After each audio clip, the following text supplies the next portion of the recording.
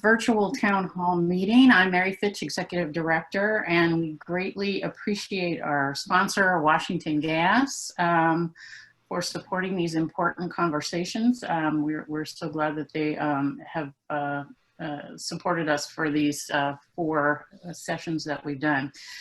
And we're so glad you're joining us for this second discussion on social justice. We're going to be sharing a lot today about what the chapter is doing and some allied organizations in our committees. And we are looking forward to hearing from you as well in an effort to create a safe space. If you don't feel comfortable posing a question, or if it's something that occurs to you later, please go ahead and use the email address talktotheboard@aiadc.com, and we will get back to you. As Sinclair said earlier, you can use the chat box or Q&A, and if you use either one, we just encourage you to be respectful because this is an important moment and we all need to work together. So our agenda is as follows. Our president, Robert Holzbach, will go over how the chapter is responding to this moment. And then several chapter committees in the Washington Architectural Foundation will describe their work in relation to social equity. Following that, we'll have a discussion with our panelists. So let me introduce our presenters and panelists. Robert Holzbach, AIA President of AIA-DC. Mark Fairbrother, AIA Immediate Past President. Media Akinsade, AIA Director at Large. Gina Fernandez, Associate AIA President, DC NOMA. Michael Marshall, AIA Design Director and Principal, Michael Marshall Design. Howard Mack, member of DC NOMA and Professor of the School of Architecture and Planning at Morgan State University. And representing our committees are Caitlin Badlato, AIA Chair of the AIDC Equity Committee, Julianne Trindade, Associate AIA Chair of AIA, Betsy Petrusik, AIA Chair of the Emerging Architects Committee, Ralph Cunningham, FAIA, speaking on behalf of the AIDC Fellows and their Public Programs Committee. And finally, I'll give a quick overview of what's going on at the Washington Architectural Foundation. And now I'm going to hand it off to Rob to start our discussion. All right, thanks, Mary. Hi, fellow members of the AIADC. My name is Rob Holzbach, and I'm the AIADC Chapter President for 2020. 6 weeks ago today, on June 11th, we held our first town hall event focusing on social justice. We had almost 700 people in attendance between Zoom and Facebook Live. That's just amazing. It speaks to how important this topic is to our membership, but it also speaks to the importance of this moment in time. In our last session, I started off with a message to my white colleagues that after the murders of George Floyd, Breonna Taylor, and Ahmaud Arbery at the hands of police and vigilantes, and the subsequent reaction to these events, the veil of equality was lifted and we saw the world as it really is. The call to action is to recognize the issues surrounding systemic racism. Take time to reflect on our own personal experiences and try to understand how they shaped who we are. And also to acknowledge that we're complicit in this continuity and then affect change. I acknowledged that for our BIPOC colleagues, the world has always been this way, but we just could not or would not see it for how it really is. I don't say that as an admonishment. I say that as a basic fact, and this is our opportunity to make sure that the veil of equality doesn't fall back down and we return back to, quote, normal. I said that we needed to not just adapt to the world as it is, we needed to evolve. We do believe that with multiple points of view and a diversity of opinion, we all prosper. We are people of good intentions. It's time to make good on those intentions. In that town hall on June 11th, our goal was to amplify the voices of those who've been saying the world has always been this way, and we needed to listen. We heard compelling stories from my fellow board members, Mark Fairbrother and Media Akinsade. We also heard from industry leader Michael Marshall and Professor Howard Mack. The panel answered many questions, and we heard a lot of great ideas about how we can affect change. We said that this would not just take a few weeks or months. We knew that it will take years. Even though the peaceful protests have either slowed or stopped receiving the same amount of news coverage, we cannot let go our sense of urgency to do the right thing for ourselves, our firms, our chapter, our profession, and our community. We are seeing the effects of this movement in business, politics, and sports, and that's a very encouraging sign. The call to action is working. Now we need to get to work too. And that's the point of this town hall. We've listened, engaged, and cooperated. And today we're going to talk about how the AIA DC is taking on social justice. But before we begin, I want to offer one more note of encouragement. My core message for the year is just ask and make connections, which means basically, just ask how you can help and ask for help if you need it. And then make connections with like-minded people and organizations to join forces and solve problems that are common to us all. We know how to solve problems because as architects, we are agents of change. One more note about the previous town hall. We had several really good questions from the audience that we weren't able to address during the event. We posted those questions and answers to our equity, diversity, and inclusion page. So refer to that page for your answers. And if there's time, we'll go over those during the audience Q&A at the end of this town hall. So moving on to action items. We received a lot of great input through our board, committees, general membership, and collaboration with like-minded organizations. There were common themes for action focusing on outreach, which is creating awareness of architecture and design and how people of color can access this as a career path. Pipeline, developing continuous streams of architects and designers who happen to be people of color into the profession. Education, connections to HBCUs as well as scholarship and financial assistance programs, but also education for our firms and individuals in the profession already who aren't necessarily people of color, helping them understand the issues surrounding systemic racism and how they can apply that learning to better themselves and their firms. Opportunity, which is leveraging the connections to the HBCUs and other students of color at non-HBC universities to obtain internships and full-time positions to start their careers. Inspiration and awareness, which is highlighting achievements by people of color in our profession as role models and inspirations for us all, and providing a platform for issues to be discussed and addressed. Advancement. So once in the profession, enabling access to opportunities for promotion and advancement in their careers through mentorship and ongoing training. And then you couple that with the education components for firms, and then you've developed a more equitable and sustainable pathway for advancement in the future within those firms. Lastly, social responsibility. This is taking action as professionals in our community to enrich the lives of everyone and truly being agents of change. Recognizing the impacts of climate change and the disproportionate effects on disadvantaged communities, recognizing the effects of redlining and being active in our local communities to change that, working with our clients to help them see the value in equitable design. Okay, so let's talk specifically about what we're doing. I'm going to talk about the chapter itself and events that you might attend at the DAC. So one of the things we realize is that we're already doing a lot of programs that address these issues, and we're continuing to update and modify those in addition to adding new content. Just looking backward at recent history, Architecture Month in 2018 covered the 50th anniversary of the DC uprisings and offered many well-received programs. In 2019 and 2020, our emphasis has been on affordable housing. And most recently, we had a demystifying density session in February. Design DC, this is an annual event, and the conference focuses on the importance of design beyond beauty, with special attention to measures like equity and wellness for all communities, conference sessions that target building equitable communities, increasing affordable housing stock, and increasing accessibility for all members of the community across the city and region. There is also a focus on the importance of designing for climate resilience and water management as an equity issue, since low income and communities are disproportionately affected. By the way, it's going virtual this year and at a reduced cost, so please register. Little commercial there. Exhibitions, we currently have an exhibition on alleyways. There's another exhibit on for the ASLA that impacts, that has their social impact awards. Then we highlight work with other associations.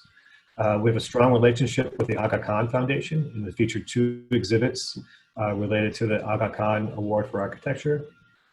Mentorship is something that's was really launched last year, and it's evolving in direct response to current events. And we're looking at reverse mentoring, in which we help principals, recruiters, hiring managers identify and dismantle hiring barriers within their firms, and a special focus on BIPOC architects for mentorship. The Washington Architectural Foundation has many great programs, and we'll hear more about that from Mary Fitch a little later on. And lastly, our committees. I am really proud of our committees. They're kind of the lifeblood of our organization. The Design Excellence Committee, specifically all award programs will be judged on the top 10 measures of design excellence, formerly called the COAT Top 10, which includes issues of equity and wellness for communities. We give awards to what we value, and this helps us give a way to track that. The Urban Design Committee, their mission is to improve people's lives through engagement with all actors in the city. Planning a community engagement workshop is next on their list. And so we're going to get to the specific committee plans in a little bit, but before I do that, I want to make one more pitch for you to participate. If you remember my core message of just ask and make connections, our chapter has an amazing staff and executive director, and we're really fortunate to have such dedicated people working to make the chapter great, but they can't do it on their own. This is our chapter, and we really need rely on your participation as members. So I'm asking for your help. Get involved, find a committee that resonates with you and join in, and make connections. Our collaboration with DC NOMA is a great example of how we're connecting with like-minded organizations and having an impact. You get out of this what you put into it, and you can see that we're doing great things, so why not be part of it? Okay, so let's hear more specifically about our committee action plans. I'm going to hand off to Caitlin Bedlato with the Equity Committee. Hello, everyone. My name is Caitlin Bedlato, and I am the chair of the Equity Committee by WIELD. First, I would like to take the time to thank the AIA-DC board for their commitment to host these panels and to take action on racial injustice in our community. As the Equity Committee, our 33 members and executive committee represent over 20 firms and businesses in the DC area. While the Equity Committee by WIELD is energized by the momentum for justice, equity, diversity, and inclusion that has been building over the past few months, since our inception in 2017 as WIELD, Women Inspiring Emerging Leaders in Design, we have been committed to promoting the voices of powerful minority and women leaders to inspire the next generation in our industry and beyond. Now in our first year as an AIA DC committee, we are looking forward to continuing to demand a more equitable profession in the DMV area. As our organization continues to commit to a more equitable and just community and industry, we continue to uphold the foundations of equity, diversity, inclusion, and justice. We will continue to host our annual WIELD event that highlights underrepresented leaders in the industry, including women, minority, LGBTQ, and veteran voices. We will continue to donate all the proceeds of our events to the Washington Architecture Foundation and other programs that support the architecture pipeline for students in the DC community. We will continue to have an active presence on social media that informs our members and followers with education, resources, ways to become involved, and how to donate resources. We will continue to serve as a resource to other AIA committees and firms for issues on equity, diversity, inclusion, and justice. We will continue to feature and create a platform for local women, LGBTQ, minority, and veteran-owned businesses at our events. As a committee, we're in the process of creating a section on our new website that includes links to resources, definitions, and reading lists on EDI and justice. In addition, individually, our members have participated in letter writing campaigns, donated money to social justice organizations, participated in programs such as Design Like a Girl and the ACE Mentorship Program, and many serve on their own firm's equity, diversity, and inclusion groups. In response to this summer's events of social and racial injustice, we have formed a partnership with DC NOMA, AIA, and AADU to host a series of forums on racial justice and social equality. Our forum, Our Impact, is a series of sessions to create a safe space in the community to discuss and create their own plans of action. We are in the process of creating a toolkit with this partnership to serve as an on-demand version for AIA and firm use nationwide. Finally, we would like to encourage other communities as well as the organization of AIA DC as a whole to collaborate with DC NOMA, especially when it is in the name of promoting minority voices in the industry. If anyone is interested in learning more about membership or any of the events hosted by Equity Committee by WIELD, please contact us at wieldevent@gmail.com. You can also find us on Instagram, LinkedIn, Facebook, and Twitter. Thank you.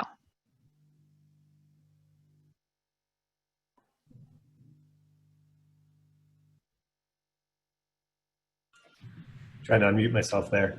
Okay, next up we have, thank you for that, by the way. I really appreciate that, Caitlin. Next up we have Julie Trindade with AIA. Good afternoon, everyone. My name is Juliana Trindade. You might know me as Julie, and I am chair of AIA, which stands for Latin American Interior Designers, Engineers, and Architects. And we are one of AIADC's committees. We were founded in 2013. I'll start by continuing on the idea that Katie brought up about our latest collaboration, and then tell you a bit about the committee's core values and what we have been doing since we were founded. So with our partners, we started our forum, Our Impact, a series of presentations and conversations with the public addressing topics related to equality, representation, and diversity inside and outside our profession. We bring our perspective on these topics as we plan for the upcoming editions. We are paying special attention to the September event in light of the Hispanic Heritage Month. It has been an amazing collaborative effort with our talented colleagues from the SINOMA, Equity, Asian American Designers Union, and we're looking forward to partnering with more organizations and more committees. Now I'll share a bit about what AIA stands for and what we have been continuously doing since 2013.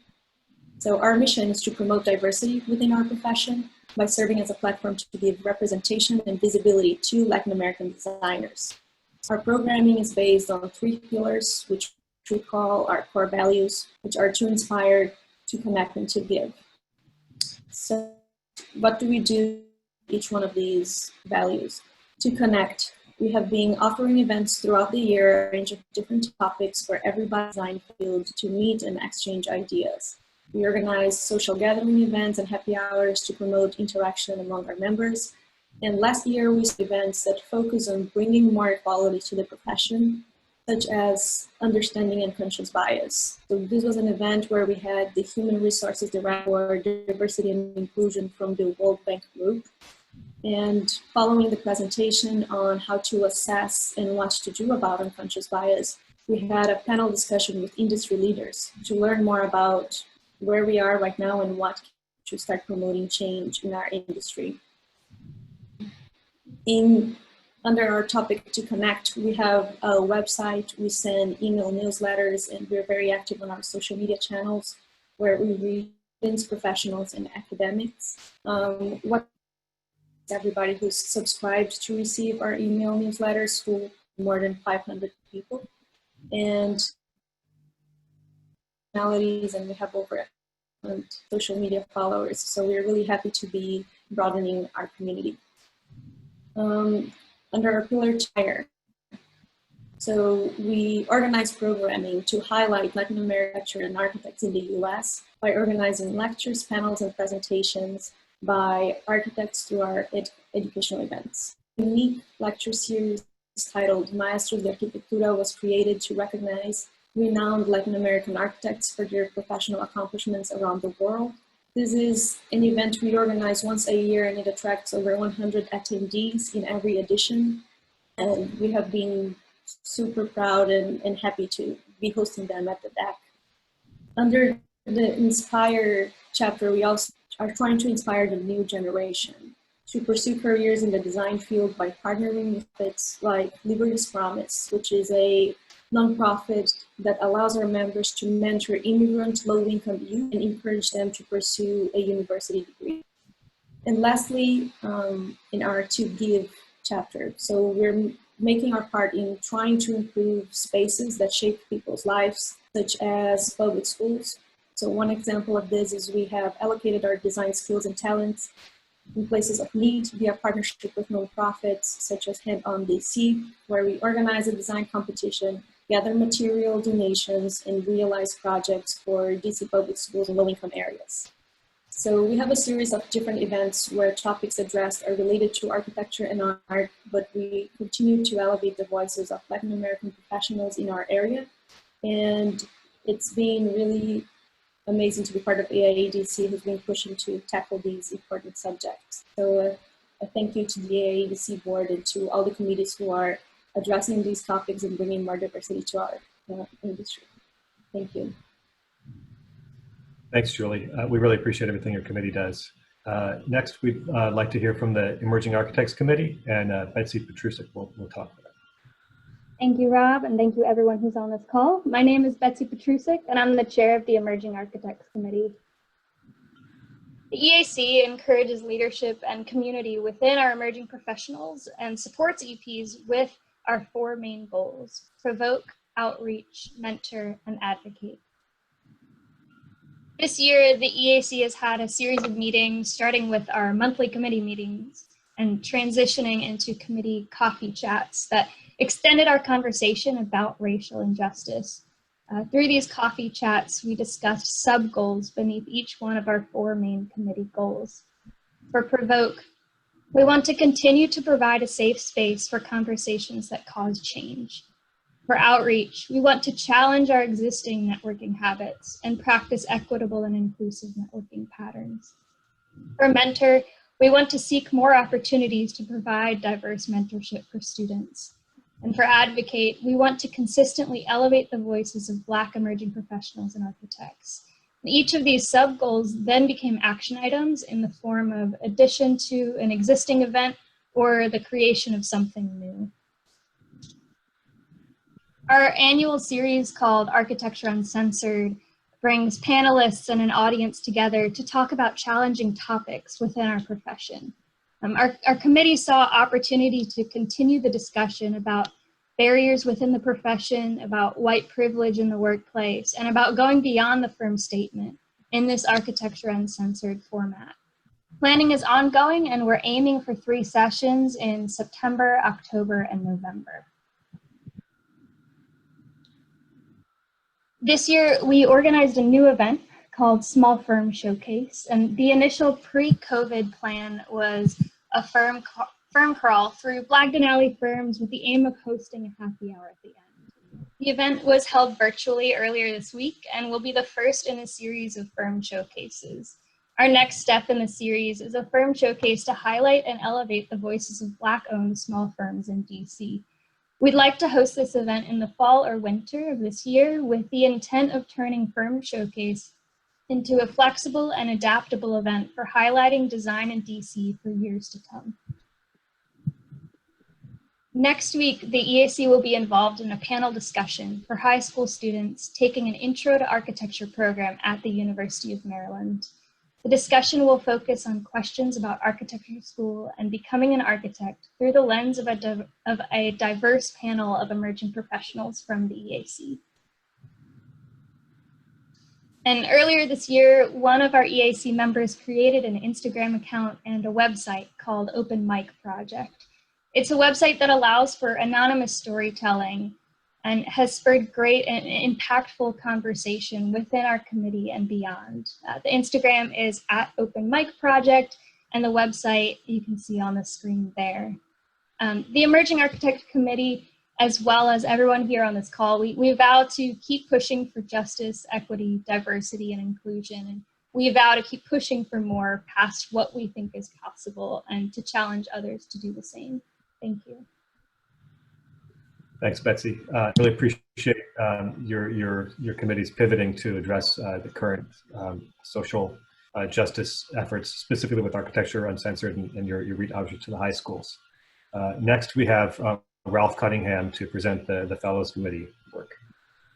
Thank you. I'm Ralph Cunningham, and I'm here to represent the AIDC Fellows Public Programs Committee. The Fellows Public Programs Committee was formed to engage and promote the talents and vast experience of DC chapter fellows through a series of programs that provide a heightened level of participation by the DC fellows. The FPPC supports the College of Fellows goals to advance the profession of architecture, mentor young architects, and be of ever-increasing service to society. We are sponsoring currently a webinar which is called A Conversation on Equality with Fellows and Emerging Architects. So it's appropriate that I follow Betsy on this event. That is looking to be on August 26th and September 2nd, so please save those dates. And the purpose of the webinar is to encourage dialogue about diversity and equality within our profession, to better understand and positively impact the community of color, and to listen to, support, and engage in an exchange of ideas with the Institute's Emerging Architects Committee. We appreciate that listening to and learning from our young architects is a key part of supporting and mentoring them in today's profession. Another thing that we do in the Fellows Committee is to support, and we are creating an endowment for the Barbara G. Laurie Scholarship, which is a scholarship program to high school students who want to enter the field of architecture. This program has historically been given to a variety of people, but certainly a substantial number of minority architects. And for those of you who don't know, Barbara Laurie, who is a dear friend of mine, was the managing principal of DP Partners Architects, and she practiced for 21 years with a particular interest in equity in architecture, which is what we're talking about today. And she assembled an absolutely astounding video archive of many, many African-American female architects in the United States. And we are hoping to present that as a program later this year at the DAC. So thank you.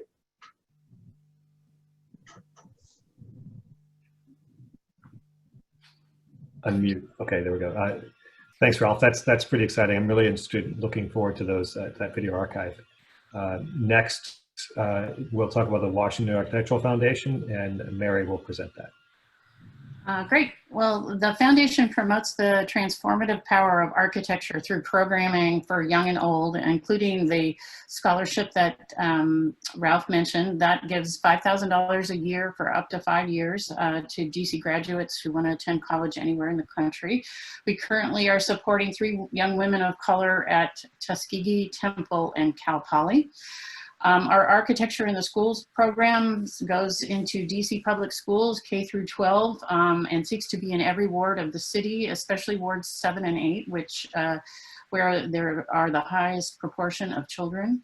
And we have a collaboration this year with the ARC and GW Art Reach for a 10-week after-school program using our tools of the trade curriculum for kids 7 and 8. That, of course, has been overtaken by COVID events, but we're hoping to get back to that, and it's a great collaboration to have. Our Design Like a Girl mentorship program helps young women who are interested in architecture programs, and that's a year-long program that we do. We also, for adults, we also do the Architecture Month series and a number of design programs. But we also have the Giants of Washington Architecture video series, which is conversations with some of our most illustrious chapter members. 33% of them are women and 33% of them are persons of color. Those are online, you can look at those. The foundation has also done a design build project with the Common Good City Farm to provide a refrigerated shed to provide more fresh produce to the community. And Construction, which many of you have been involved in, provides the equivalent of about 70,000 meals to the Capital Area Food Bank to fight food insecurity in DC. And now, Rob, I hand it back to you to start our discussion. Sure. Thanks, Mary. One of the things that I'm realizing is, the AIDC, we have a pretty strong framework already in place. I think a lot of the things that you heard today are things that we've already had going, but we're pivoting in reaction to the current response for social justice. But I'm curious, and what we haven't heard from is our panelists. We've been talking about what we've been doing in reaction to what we heard last, 6 weeks ago. But what I want to do is really kind of open it up to the panelists, just ask them for your reaction to our response. And if you think that we're missing anything, if you think that there's something that you'd like to highlight, or if you have other ideas, things that you'd like to see more of.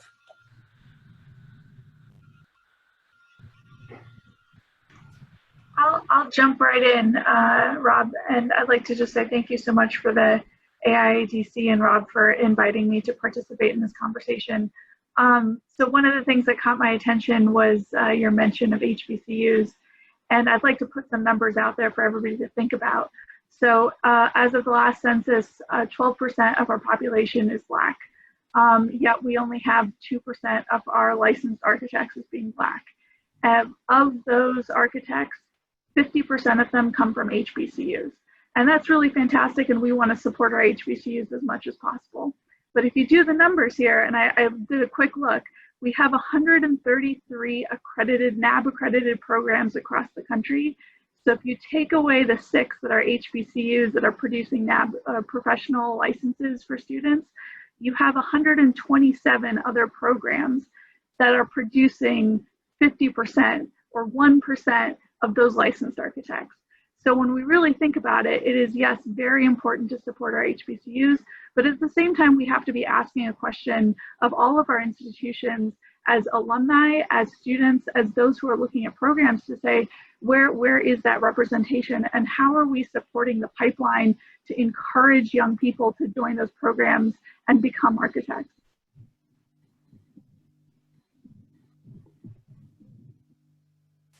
That's critical. Those are some good notes. I'm typing notes as you're talking, so I'm muting myself and always a little slow on the uptake on the unmute. So thanks for that. Does anybody else have any other reactions or thoughts from the previous panel?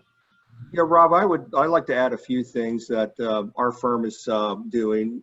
With all this in mind, I work at Callison RTKL. We are by nature a very diverse firm because we're a global firm with 8 offices sprinkled around the world. We also have a female CEO, and we started focusing on diversity and equity years ago. That said, we haven't done enough. We are taking a hard look at ourselves and seeing how we can do more. Some of it coming out of the discussions that we're having here. One thing we've never been very good at in any fashion is developing relationships with the universities. We've just sort of waited for the resumes to come over the transom, and we've had many discussions about forming those relationships. As a graduate of an HBCU, we have decided that we are going to first start to engage with HBCUs either as soliciting folks from those schools and getting involved in those schools, and actually allowing us to better our quotient there. So that's one of the things that we are doing. I think I would like to recommend to some of the larger firms, because we do a lot of teaming as a small firm with larger corporate firms on projects throughout the city. And I think one way to make real change happen, perhaps, is to have a third party to come in and as consultants to advise on diversity and equity, and again, make that sort of safe place where people can express their views, both black and white, about the situation and how to move forward. And I think that perhaps there should be sort of a quarterly meeting on this, so that it's in the timetable and schedule of those firms. So it's not overlooked, it's not pushed back on schedule because you're so busy or whatever, and really take it as a real investment, because the diversity will be an investment. And I keep pointing out the fact that our client base is starting to look more diverse. And so if you're going to compete for projects, I think you should be aware, again, as a larger corporate firms, that you need to look like the people you're pitching the project for. Now granted, 50 years ago, the client base was pretty much white male guys, but that's now changed. And so again, to be competitive, it's time to take another look at what your the status of your board and the leadership in the firms, and be cognizant of the fact that it's really changing. So these are ways I think that you can start to have that discussion safely and in a proactive way. And hi, sorry, this is Mide here. To kind of overlay with what Gina Fernandez was saying with regards to the pipeline of HBCU students, and also students that are not within HBCU organizations. I happen to be a professor at the University of Maryland. And I think based on Rob's opening statement about these events that are, these seismic events that are shaping us all to the core, we're actually having to look at not just this pipeline of recruiting students of color, but in actuality, just sort of re-observing the courses and how we teach those courses in architecture. Because architecture primarily, as we all know, most of us are products of academia, has historically been Eurocentric in terms of how it's approached, how it's studied, and then we sort of take that and graft it onto communities that we come from or that we serve. So we're sort of looking at the curriculum and just sort of saying, what are these nuances that we're ignoring, right? As we're training these students that are now going to emerge and become professionals in the workplace, so that they can take these lessons that they've learned in terms of serving the community that they've sworn to serve, and make sure that they're doing it just. One example that a great student of mine who was part of the committee yesterday made was, this idea of when we're looking at either landscape architecture and we look at Central Park, we tend to sort of glorify Olmsted in, designs and, how great, the park is, but we choose to ignore the fact that, some minority groups and communities were uprooted to make room for Central Park. Rob talked about redlining and gentrification that are happening in our cities all over. DC is a prime example of one of them. When we do projects in academia, making sure that we do our research in terms of the people that may have been displaced, as opposed to just sort of doing these projects in a vacuum, so that everybody is well educated and well informed before they even become a professional, so that they can bring these lessons into the firm that, hires them. And also, hopefully, they can teach the clients that they're engaging with. So, I find that very, I'm very happy to be a part of that process. So again, as this pipeline idea is not just simply to just recruit minority students, we sort of have to look at it holistically to sort of be able to affect change. So, AIADC is, as you can see with the panel, we're sort of championing that. So I'd like to see if anybody else has anything to add. Howard, especially given that you're a professor at Morgan State, I'll pass it a baton. Okay, yeah. Hey, everyone. I just wanted to also add, number one, we see the numbers and we can look at those and we can see obviously that representation is a huge problem and a huge issue within a profession. And we need more Black people in positions to have their voices heard. That affects how we recruit, that affects how we actually teach youth coming from high school through the actual academic process, and then actually applying to and getting and securing jobs within a profession. And we look at that, and it's really important. We need to increase the pipeline, but it's also within a profession itself. We need to find ways to, understand and adapt to all the different cultures that exist in a workplace in the most effective way, to communicate with people better, all of the employees, to find ways for them all to advance, to find what their skills are in a more diverse way, and to actually elevate them and to maximize off of the skills that they bring to the table. And that will allow them to elevate within a profession. But also, I think a part of representation is looking at how we internally do things and structure our process. But there's a more holistic view to this that architecture is a part of, but it's not the only system. When we want to look at how to combat systemic racism, we can look at architecture or the design profession, but if we don't look at the things that we're tangential to and the things that we also impact outside of our profession, then we'll still be coming short on what we need to focus on and what we need to change. And that happens in a number of ways. It happens in the way we design spaces. I think the way we design spaces, that impacts all people. So we need all perspectives when we design spaces. The spaces we design, we've talked about how, the design of space can actually be a facilitator of racism in and of itself. So the mindset of only including one or a limited perspective is also going to limit how we maximize space for all people. But then not only that, there are more factors when we look at America as a whole. architects and designers function as a tool to a number of different industries, to developer industries, to owners, to so many different people who, city planners who make plans, and we as architects carry out those plans through our designs.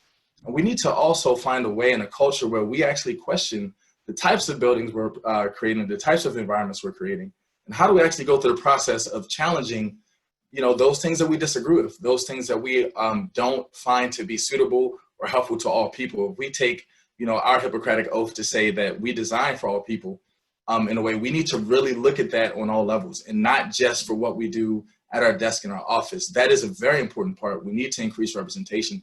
We also need to challenge things outside of our profession directly.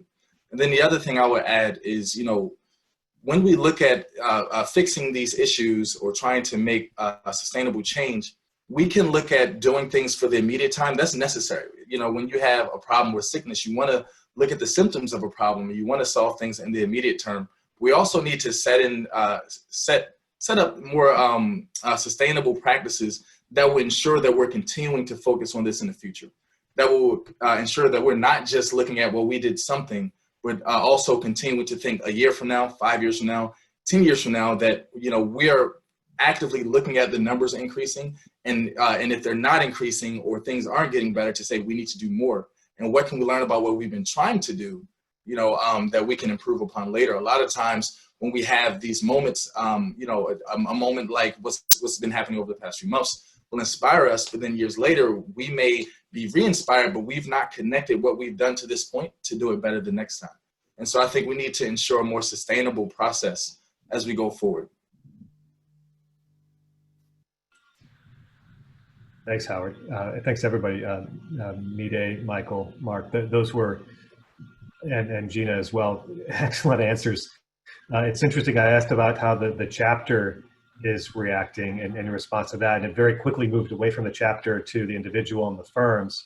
And I see, our chapter, we can't control what individual firms do, but what we can do is have that framework of support and education, and be a clearinghouse for knowledge and inspiration for our membership. And so I think that's what we're trying to do today. But it really does, what I've heard so much is about putting it back on you, our membership, to take action and to internalize what we're hearing here, and to make it part of your life and evolve, as I said before. I think that's just critically important. And so I think we started to get here, but I want to ask a question more directly. What can individual firms do to further this effort? I have some ideas, but I'm gonna go last. I'd like to hear what other think what individual firms can specifically do. Well, I think it depends on the size of the firm. Again, if it's a larger corporate, national, international firm, I think they're at a place where they can actually hire consultants, just like we hire engineers and other consultants for our projects. They can hire consultants to help to understand diversity, why it's important, and how to implement it. And there are groups like Cook Ross, for instance, which was one of our clients. We did design their space. But they're diversity coaches, and they're probably not the only ones. They're the ones that I know of that can come in, make that safe place, again, safe space, so that people can voice their opinions, and then they're the mediators to try to move things forward. So that's for firms that can afford to do that. Other possibilities would be for firms to team up perhaps with firms that are either headed by minorities or have more minorities as part of their firm. Again, so that for some people, they like to see themselves in the place where they're going. And so again, having the welcoming sign of seeing that diversity makes a big difference. I think someone brought to my attention, a friend, I think the AIA Firm of the Year is Payette, I think it is. And there was a big picture of the entire firm. And when you look at that, the women were well represented in that firm, but there weren't that many Black people in that firm. It's a really big number, and it was very obvious. And so that's the type of thing that needs to change so that it is, again, welcoming for people of different backgrounds, different cultures to be part of the conversation of what the firm represents and the mission of the firm. So that's my opinion on how to go about that. Well, for us, and this is a great discussion because I'm learning so much about the things we can do. Our first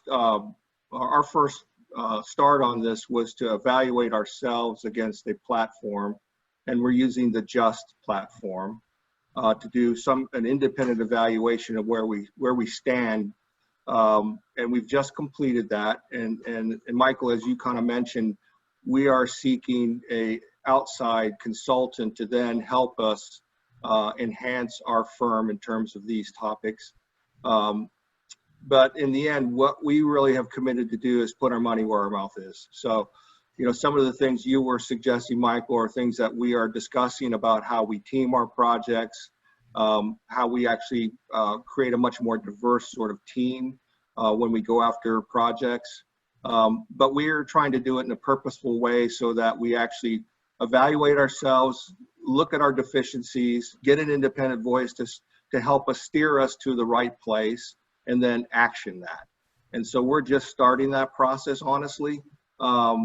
We've just completed our JUST evaluation. Yeah, diversity is an investment, and I think that's what you guys, sounds like you're headed in that direction. It will pay off later, for sure. Yeah, I mean, we scored well in terms of the diversity, but I would be honest in saying that we are not represented well in certain areas, and we have to improve, and we realize that, and we don't want to lose this moment, and so we want to take action. I would take Mark's statements a little broader. I spent a day looking through all of the large firm roundtables websites about 2 weeks ago, and I was trying to figure out who's put statements out, who's has a JEDI group. The large firm roundtable firms jointly signed a statement with NOMA National to recognize that we are facing a crisis, and we have always been facing a crisis of anti-Black racism in this country. And I didn't find a lot. And in the moment, I was very frustrated because I was like, everybody's saying something, why aren't you putting something out there? And through conversations both with my firm and through other colleagues who are friends who are of other large firms, what's interesting to me is that everybody is having these conversations internally, but they're not necessarily sharing them externally just yet because they're trying to figure out, how to take care of their own house before putting that out there to everybody. So taking it back a little bit to the individual, I think, everybody is having panels right now. If you look anywhere, everybody is sitting on a panel or joining a panel or listening to a discussion. There's information everywhere. And so I would encourage everybody on this call and to think about, okay, how much can I learn? And then how much, especially in those who are working at large firms, can take it back to a large firm and help continue that conversation, knowing that, this information is going to eventually come out there, especially for those, who firms who are probably hiring consultants. It's going to take some time to make changes. And so it's how do you recognize what your firm's already doing, but help push that needle forward. So maybe you start with a just disclosure, but then what's the next step in looking at the numbers and making changes in your firm?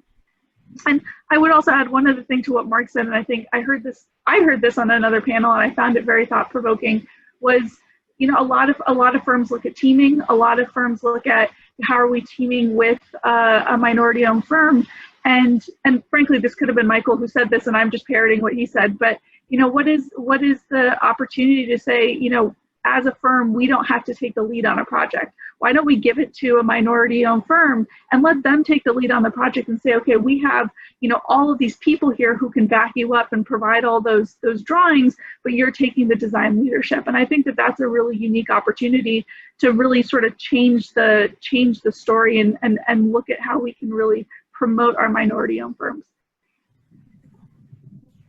Yeah, I would just also add, there are a number of things that we don't know, and we don't always have all the solutions, but there are some definite and immediate things that we can do as a start, right? If we want better recruitment and a better pipeline, the first thing we can do is to actually be at the HBCU career fairs. That's one thing that every firm can do, to decide to be present at a career fair. They all have them, right? So to make sure that, you have a concerted effort to be present at the career fairs and to accept resumes and to look at them and to actually have interviews and to get to know the different candidates from a diverse group of people. But then the other thing that can also happen is, us as designers, we take on a project and we look at the context of the project where it is, but how much do we actually engage with the community and engage with people who are more knowledgeable in that community, right? So if we're working on a project and we know we've never lived in that community, right? Why don't we find someone who may be a designer, who may be in the profession, who may be able to add perspective to that, right? And so those are just two of the more immediate things. I do agree with the partnerships. I think partnerships are very important because, we have each group has their own set of knowledge, and it's great, but we can always increase that by partnering with other groups of people. But then the other thing that I think is important is to create an environment of gaining knowledge from others, and then also being able to be challenged to be better and to grow. And that comes from incentivizing that from employees within the firm, then also finding ways as a firm to do that in all the realms that we work in and that we walk in. And a lot of times, it's more of an isolated path to take to be the person or to be the group saying something when most people are not. But even if that may present a problem individually, to use those partnerships to collectivize that voice, to actually say, to talk with groups of people first, to say, how do we challenge or question this practice or this moment that's happening? And I think, once we do those things, we may not have all the answers now, but I think that would lead us to more and more answers. I think to pick up on what Howard just said, I've been on public meetings where the community, either the ANC or the community members that are in the audience are asking, where are the Black architects? I think some of their concern for sure is about gentrification. And so I think their thoughts are that having someone, again, who's from similar background would have the sensitivity and know the nuances of the culture of their community, and they're going to feel more comfortable. And that's why I think this is so important, again, that we're getting density in cities and it's all cultures coming together. And you need people from those different cultures to be there as designers and as mediators for the development that's happening and the density that is needed when you have 75% of the world's population living in cities. So it's really important whether, we're going to be ready to take on the challenge is a question, but now's the time. But the communities are definitely asking about it. Can I also jump back in line? I'm sorry to jump right back. Another thought came to my mind. And it's also just, another thing that's helpful, and I'll use just a situation with, I'm a sports fan with the Washington football team, right? And how for years they wouldn't change the name. And then when leverage came from other outside sources, how quick did the name change, right? We're still waiting on the new name and everything, but we know that it's not going to be the same anymore. That's what's happened. And it happened very fast. And the leverage is what caused that. And I'm also, saying, what can firms do to leverage the places that they recruit from, the schools, to say, hey, you're not recruiting students of a diverse, group. So we're not coming to your career fair. We're not going to recruit there until we know that there's a diverse group of people there for us to recruit from. And it's like when we start holding each other accountable, people grow to become more accountable. And so part of that is, as we, look to do better, we also have to, pull others with us in a way, with as much, leverage as we can to push that to happen. Yeah, again, to pick up on that, I keep using the word, how do you monetize diversity? Give that incentive so that there is a reason beyond the moral reason of having equity and sharing and having everyone involved.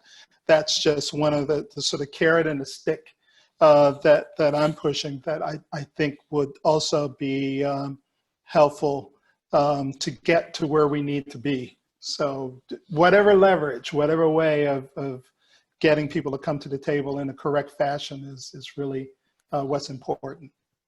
Yeah, I want to second the accountability point. In the end, these are all just words. We have to get to a point where it actually means something and be accountable for that. And And I think each and every firm has a different leadership kind of quotient. And so I don't know how to make it pervasive. I just know from our standpoint that we want to do something meaningful that is true. I mean, it's not something we're just paying lip service to. And that's why we're trying to be purposeful about how we go about it. I don't know how you get that to all the other firms in the large firm roundtable. And maybe that's a conversation that needs to be initiated at the large firm roundtable so that there is some commitment from all the large firms to be accountable to one another and demonstrate it and show it. And I think, you know, to speak to the aspect of individual responsibility that, you know, supports firm, you know, people working at firms, I think one of the idea that was batted out there was this idea, just in the same vein that now sustainability is on everybody's tongue, right? 10, 15, 20 years ago when I started in the profession, you know, it wasn't being talked about until it became monetized, right? That, you know, it's hitting people in the pocket and clients have to sort of acknowledge it and make sure that it's well rooted in their projects. And now it became part of the lexicon, part of the culture, part of the zeitgeist of how we're viewing the built environment. Leveraging some kind of personal sort of carrot and stick, you know, and it might be tied to our registration, you know, as you are an architect, that you sort of have to get some credits to make sure your license is renewed. You know, there's some sustainability component to it. Maybe there's some kind of equity component to it that people sort of have to sort of get credits for in order to renew their license. Now, as this becomes a norm, as people sort of get used to it, then it sort of infuses the culture, and hopefully it can grow from there, as opposed to this moment that happened and we have to wait for another 10 years for, God forbid, another George Floyd incident, and then we start talking about it again. But if it just becomes pervasive, that it becomes something that's in the back of our mind on a daily basis. And I think, and we've sort of talked about it, that it might have to happen at a national level to sort of make sure that such an idea could be pushed. But I think that's a way to sort of put it on the back of individual members' minds as they become leaders in their communities and whatnot. I think, you know, you sort of hit on to it. If we can make the need or diversity competitive in these firms, because if they start to realize that there are firms that are diverse, that are winning projects, and they're not, it's just like with, you said with LEED. After a while, I think developers realize that this LEED thing is not going away. Right. And so in order to stay competitive and then attract people to their projects, to their buildings, the law firms come in and say, oh, we're in a LEED Platinum building. So they can then market that to prospects or young lawyers who want to come to work in their firm to say, I'm in a building that's LEED rated. I'm in a firm that respects and understands the reason for sustainability. Then it becomes, again, that way of monetizing it. And I think we can do the same thing with diversity, because if practices start learning in their debrief when they're not winning projects because they show up not looking like what the client base looks like, then there's going to be a correction. And I think, you know, from, I say, being down in the trenches as a practitioner and the head of a firm, that, you know, those debriefs are important, and you understand why you didn't win and you try to correct it. So I think that this is real now. And as I said to Gina, her younger generation is now going to have to step forward, you know, because the older folks have opened the door. So step in and take what's yours, and yours is being part of the conversation on what our environment looks like, what our working environment should look like and be like. So I just think the time is now. I totally agree with that. And by the way, I was going to add a few things, but I've got nothing to add. That was a great discussion. And I took some really good notes, so I think I'm getting more out of this than anybody else is. So thank you for that. One thing I'd add is that this is I think it's the 30th anniversary of the ADA.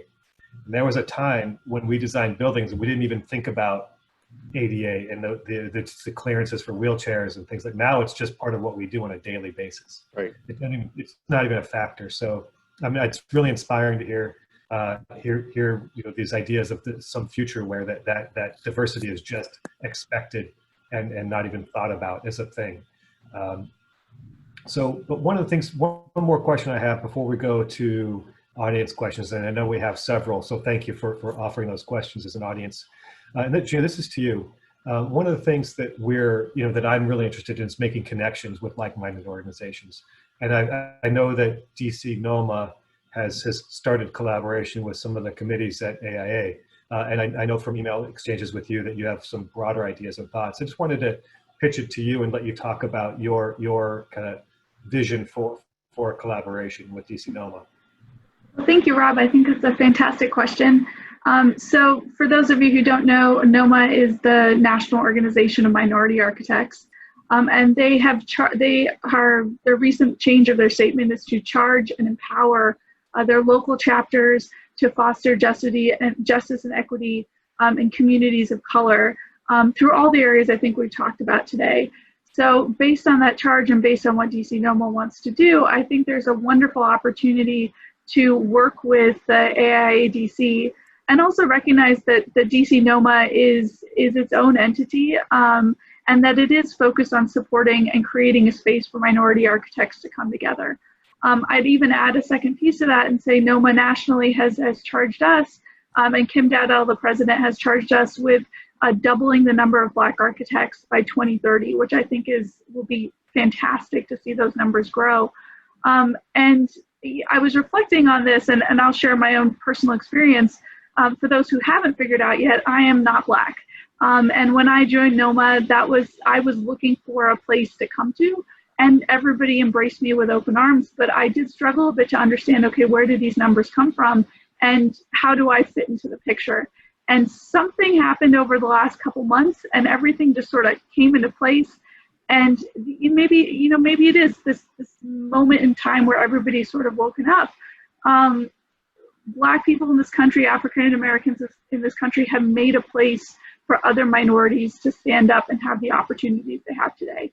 So my parents came from India, and my dad wouldn't have been able to attend his school here in the US if it hadn't been for Black people in this country opening the doors for him to do that. So when you look at it, it is our turn, especially as minorities who are not Black, to say, what are we doing to give back and to help others in the profession move forward? And to that cause, NOMA is not just for Black architects. It's not just for minority architects. It's for everybody to come in and have those conversations. And I think this is where a partnership with AIA-DC is very important, because we play off of each other. Where, as we've seen today, that these calls to action are exactly what we are doing as well. And so how do we benefit from connecting and collaborating with each other? And then I think it goes broader than that. It's looking at the whole board, right?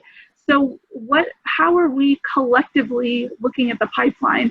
And by that I mean, we're looking at organizations who are touching every part of it. So what happens and what is the power of having DC NOMA and the AIA-DC come together with the DC Board of Architecture, with the local colleges and universities, with NCARB and NAB, and with the ACSA, to say, okay, everybody is having these calls to action in their own organizations. How are we connecting that thread all the way through so that the organizations who are there are supporting these students who are working their way through the pipeline?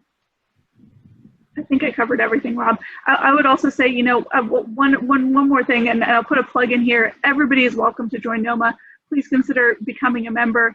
It's not one or the other. You should have memberships in both organizations, so I would encourage anybody to join. Excellent. Thank you. Excellent. Thanks, Gina. I really appreciate that. And I've really enjoyed working with you and DC NOMA as well. By the way, I thought that the last, 6 weeks ago, we had our town hall that was followed very shortly after by the DC NOMA, the Equity Committee, and I think EAC. I can't remember all of the groups. But your town hall was just absolutely amazing. Howard Mack was part of that too. That was really incredible. Do you have anything coming up? Any follow-ups coming up? We have a forum coming up in August, and we're hoping to play off of this discussion as well. And we're looking at sort of everybody's calls to action and figuring out and having that open discussion of what the individuals can do. But we're still sort of tweaking and fine tuning where we want that conversation to go. But again, we hope to open it up so that there are groups that allow people to have conversations besides just putting them in the chat. Yeah, that was a really great program. So I appreciate that. So moving on, we have questions from the audience, and I'm going to hand it back to Sinclair to sort of MC our way through the questions from the audience for our panel. Great, well, thanks, Rob. We have a lot of good questions, so I apologize in advance that we won't be able to answer all of them live. But the one I want to start with here from Ronnie is actually a comment, and then I'm curious to get the panel's reactions and expansions on his idea. So he says, firms should also actively mentor interns with the knowledge that the minority and female interns may have different needs and concerns to move forward and become successful leaders. So if the panel could comment a little bit about how mentorship fits into all of this work, that would be great. I'll jump in really quick and then I'll let everybody else join in. But I think in terms of mentorship, especially recognizing that a lot of the leaders in firms they don't look like me. They're usually older white men. And initially it was, okay, how do I have a conversation with somebody who may not relate to any of my experiences whatsoever? So I would challenge both those who are on the call, but also those who are watching this after we have this, to say, okay, how do I become not just a mentor, but I become an advocate for that person. So when they have conversations about promotions, about putting people on projects, that they're going to think, okay, I know Gina has these skills. How do I get her into a project that she's really going to succeed in and that she can show her skills to the rest of the firm? So I think it goes hand in hand. They may not be the same person, but that you want to have mentors in your firm, but you also want to make sure somebody is advocating for you on your behalf. Well, and just to add something to this, there's one way you can certainly get involved in having somebody to mentor. We, and Mary can attest to that, we have a pretty robust program to award scholarships in our community to deserving students that go to a number of universities. Mary mentioned Temple and a few others. We have been taking one person from that program and having them as summer interns each and every year. So that's certainly an easy way to at least start the process that we've found. And I don't know, Mary, if you want to comment on that, but it's there's some great folks that are available as interns. Yeah, we have kids from Cal Poly and Tuskegee and Temple, and Mark's firm has been really great in helping to give internships for that. And we look at it as an investment in their career. So we're happy to help them with anything they need through that 4 or 5 year program. So the more people can find a way to help them and support them through that, it's a wonderful program on both sides. You'll feel a sense of joy and honor for having helped somebody launch their career. Yeah, and so I've had one individual for 2 years. She returned. And, you know, for us, it's great because, you know, she gets a lot of good experience. And hopefully when she graduates, she comes back. We hope that. But wherever she goes, she'll have those summer internships to sort of get her in the door someplace. Hopefully it's with us, but we'll see what she ends up doing. And I think it's actually also very important for, you know, we keep mentioning these outreach in terms of mentoring, just as Mark was saying, to actually have firms reach out to our local HBCUs. When I was at HOK, I was reaching out to Morgan State, which is in Baltimore, because they have this program called Design Connects, which is sort of like a winter break internship where I have a student come in and just sort of introduce what's going on in the firm, you know, how the firm works, how the structure system works, and also how architecture as a practice works. What I've found out with the students I've mentored, and some of them have moved on to graduate schools and are now in the profession, is there is still that link to them, even now that they're in the profession and they have other mentors in the offices that they're working with. They still reach back and check in, and I still, you know, when I see them, you know, either on social media or in any of the panels, I sort of keep that mentorship, even though it's sort of external to the immediacy of where they are. You know, we still keep that conversation going. So I think it's very important, especially to HBCUs. It's not just about the recruitment, but sort of getting in and, you know, looking at the programs that they offer. And I use Morgan State as an example. I'm sure Howard University and all these other HBCUs have some opportunities for that. So I would actually encourage most of, you know, the panel, people that are here that work at firm, to encourage people in their firm to actually seek those students out. The other thing also is when you mentor them, even though the Morgan State Project Design Connects is a 3-week program, you kind of, you know, get a flair for the students and their aptitude and whatnot. So it's a potential recruiting opportunity in terms of getting minority students in the pipeline. So I would highly encourage that. I'd also add that right now, developing mentorship programs is incredibly important because we are all working from home and we are all sitting in our own little bubbles, and it is hard. Sometimes it's hard to find somebody to talk to or reach out to. So the development of those programs, I think, is incredibly important. And I'll share one thing. You know, in Air St. Gross, we have a leadership training program, and from the leadership training program, we develop peer coaches. And at first I was a little skeptical of the idea because it was, okay, you're paired up with somebody who's not mentoring you per se, but you're having these conversations about a work on a daily basis. And I have found them to be incredibly, incredibly useful. My peer coach and I'm her peer coach, she's my peer coach. And we try to have lunch once a week and we talk through, hey, I'm dealing with this on a project. Hey, you know, how can I help you with the challenge that you're having on yours? I'm prepping for this interview. How do you think I should present myself? And it has turned into this really, I mean, we're also have become now very good friends, but it has become this really wonderful professional relationship where it's mentoring in a different way. And I think those are opportunities, especially when you say to yourself, how can I contribute or where can I go? Maybe you don't have the opportunity to seek out students, but you do have the opportunity in the office. And as we do look at especially our mid-level career professionals, how are we helping them move forward? How are we helping to change the leadership dynamics in firms? I think that's a really nice way of saying, I don't just have a collegial or even a friendly relationship with my colleague, but how am I really helping them move forward in their professional goals? Yeah, you know, I agree with all of that. And I would just add, you know, I'm a fundamental believer that in order to be your best learner, you have to be your best teacher, you have to be a constant learner. And I think that also applies to mentorship. I think in order for us to be effective mentors, we need to, you know, remember it's not just us as mentors, you know, speaking and teaching the people who are new to the profession. There's also learning about them and what their needs are and how they can best, you know, facilitate and even sometimes change the profession. You know, some things that we see as issues that, you know, new, younger people might have different ways and different approaches that could actually be effective. And the only way for us to best navigate that in a position of mentors that we'd be in is to really understand them. And then we already know the profession more than them to then best navigate them, you know, to maximize off of their talents, their abilities, their thoughts, and their goals. And I think, so with a big part of that, you know, while we talk about mentorship, the approach that we have towards mentorship, I think also needs to be thought about, especially if you're looking to mentor someone who might be of a different, you know, from a different background or a different culture that you may not fully understand. It has to start with like learning in order to effectively teach a mentor.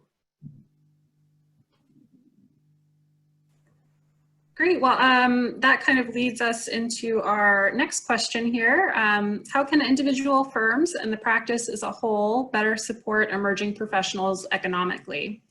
I've seen commentary from POCs that without the personal economic support, it's difficult to work for wages typical to recent graduates with the student debt accrued from the amount of school required to become an architect. I know that's a big question. It's a big question, and I'll give it a bit of a start, and then I have a funny feeling the rest of the panel can jump really quickly in. And I saw another question in the chat of, how difficult it is to find minority architects in the district. Going through school is expensive. Living in DC is expensive. And even right now, it's like we're in the middle of a pandemic and rent prices have not gone down. So people are looking at themselves and evaluating, where can I go that it's going to be affordable for me to live and have a comfortable lifestyle and also practice and become a licensed architect. But I will make a quick plug here. NOMA has put together a national fellowship, and they just pulled in their first 30 of the cohort. So it is a fellowship foundation. They're sponsoring 30 students. They're getting placed with firms around the country. The firms are paying, obviously, for their work, and NOMA is sponsoring the rest, everything else. So they're giving them a stipend to live. They're giving them funds to work on their AREs, and they're helping that, through that opportunity of what is the other half of it that can come forward. So I think in terms of those economic points, like it's tough. It's tough out here for young architects, and whatever firms can do to help support that, I think is really crucial in terms of making sure that we are encouraging anybody, right? But especially I think minority architects to move themselves forward.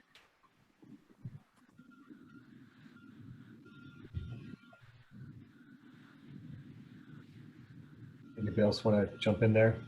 I can jump in. Just that's a really difficult question. Honestly, I don't know that I have a great answer for it, because frankly, and this is why I love these sessions so much. Hasn't even occurred to me. That honestly hasn't occurred to me as a for people of color specifically. In my mind, I know it's hard for everybody, but I didn't think about it specifically from that point of view. The only thing I can say, and this is something I've thought about already in general, is the issue of housing and the cost of housing. And until this pandemic, there's been a sense that you have to live near your work.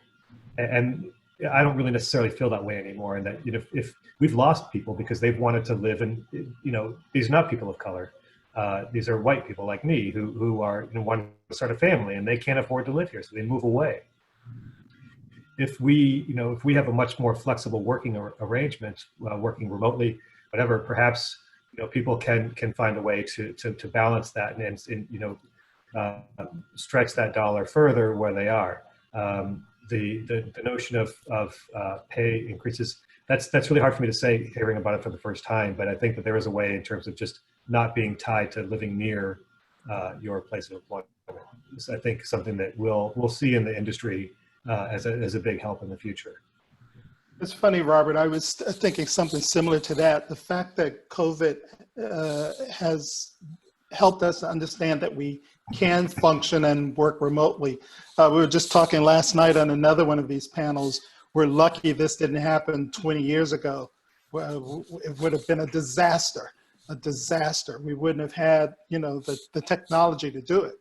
But it's also showed me that in our profession, and some of my friends who are women who opt out of the profession when they got to the place where they wanted to have kids, and they left. And then of our generation, coming back when we went from analog to digital and not having those digital skills, I think it was a big problem for some of them.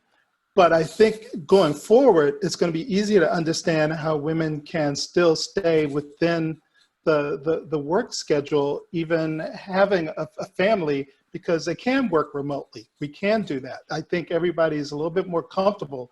We were forced to be comfortable with it, but that's going to make a big difference, I think. Another thing, maybe to answer some that we haven't really talked about, we're talking about what we can do as architects, but I think also just as citizens, we have to hold our local government to policies that will also help to support inclusion and diversity. And again, I think of public-private partnerships and how they can help to structure RFPs so that they really are inclusive, and that's part of the target.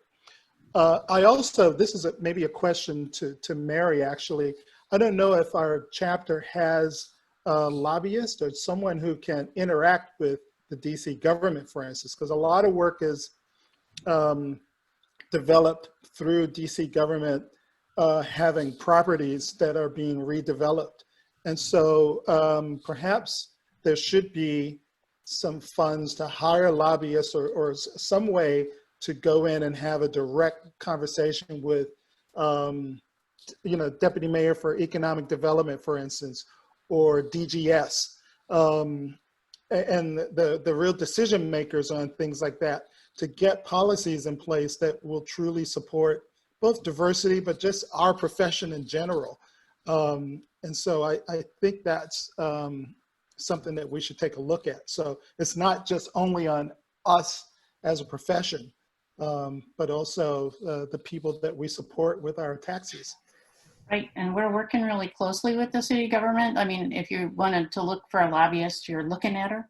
And we've been doing a lot of work with DCRA, and actually I'm gonna go to them with the idea of adding in a diversity requirement for education requirement for licensing. Maybe we can do a pilot project.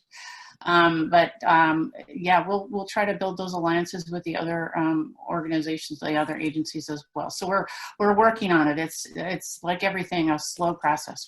We'll get there soon. But really press them, because election time's coming around, and we have leverage. Exactly. Yeah, I just also wanted to add, on the topic of the economics around students matriculating through the academic process. I think this also speaks to a larger issue that isn't, isolated to architecture or the profession. It's more of an issue in our culture, but it affects us a great deal. And I teach a number of students, and I've been saddened, in a number of circumstances where students are very talented but don't have the money to continue in school, and they'll need to take on a job and support their families while also trying to do school. And I've had a number of students just had to drop out. And it's been one of the saddest things. I've fought for scholarships for students, trying to find ways to help them, but they've just not been able to continue. And then if they've been able to continue, they've had so much to bear that they can't even really focus on their craft and developing as students. When a lot of other students are privileged enough to be able to focus, only on school, to have that in an isolated way. And they're so stressed out, right? Because architecture, as a study, is not easy. It requires a lot. And as a professor who assigns work, who has deadlines and expectations, it saddens me to have these expectations and to still hold these expectations, but then to know the students' life situations. And obviously we know that exists across the entire realm, but this is definitely disproportionately more impactful to, our communities of color. So I do think that that is definitely a place where, while we did not cause the problem in a number of ways, it's a systemic issue that plays into that. There is something that it could be very impactful to, help students in that situation. And then also, kind of part of this discussion and throughout the profession, if we're looking to have more licensed, Black architects, the licensure process from a financial standpoint can also be very taxing, right? And so that's another way to make it easier. So there are a number of ways that can be impactful, and we don't want, as much as we can, we don't want to, allow just economic issues from a disenfranchised group of people to be the thing that stands in the way of them progressing. And to sort of jump on the back of that, and also I think what Gina was mentioning, or somebody else was mentioning about remote work. I actually think that that's gonna, if this is to stay, is actually going to change the profession as a whole. Now, primarily with younger interns coming into firm, the act of somebody more experienced working with them side by side and kind of showing them the ropes has always been critical and important to the profession. But now that somebody's sitting in Texas, on a Zoom call, and they still need to sort of get educated in the profession and the nuances of the profession, is going to be challenging. So the onus now falls back on these learned and more experienced architects to reinvent the way they tutor younger architects coming in and making sure that they are getting the lessons that they could have provided on a one-to-one basis, but which they can't now.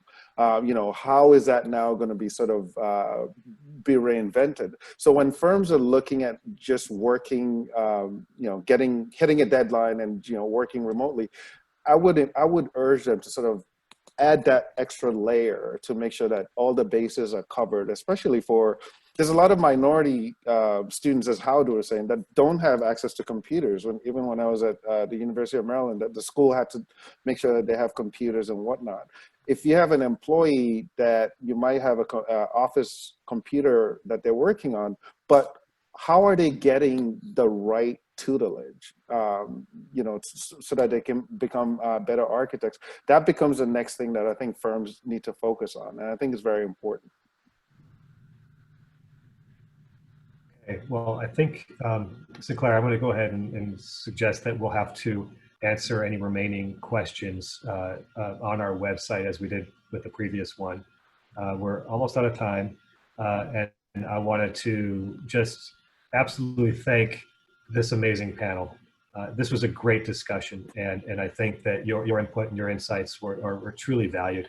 I also want to thank everybody that presented their committee work and what we're doing as a chapter to react and to make an impact and truly know that this attention to social justice will take years, and that AIDC is focused on this as a committed and continued effort. So in closing, I'd like to just again reemphasize the fact that I would ask you to take part, to join in on what our chapter's doing, join DNOMA, join our committees, or join any other organizations that you feel are meaningful to yourself and make a change. You know, we're problem solvers. That's what we do as architects, and we're trusted members of the community. We can make a difference. Remember that as architects, we are agents of change. Thank you. Thank you. Thank you. Thank you. Thank you so much. Yeah, thanks.